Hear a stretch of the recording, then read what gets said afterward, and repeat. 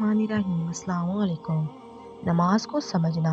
हम नमाज पढ़ने की कोशिश करते हैं, रब्बुल आलमीन का कलाम कुरान सुनते हैं, लेकिन समझने की कोशिश नहीं करते।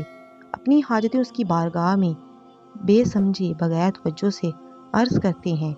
अब इस सूरत हाल में हमारा दिल नमाज में कैसे लगेगा?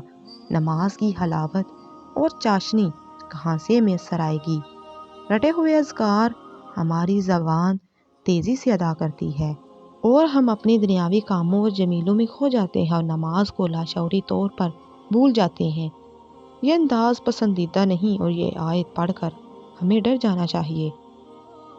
सो हलाकत है, अफसोस है, खराबी है उन नमाजियों के लिए जो अपनी नमाज को भूले बैठे हैं। अल्लाह ताला हम सब को समझ सोच कर नमाज पढ़ने की तौफीक अता फरमाए और कुरान मजीद को पढ़ने और समझने की तौफीक अता फरमाए। आमीन सुम्मा आमीन। अच्छी बात को आगे शेयर करना भी सदका जारिया है। शुक्रिया, जज़ाकल्लाह।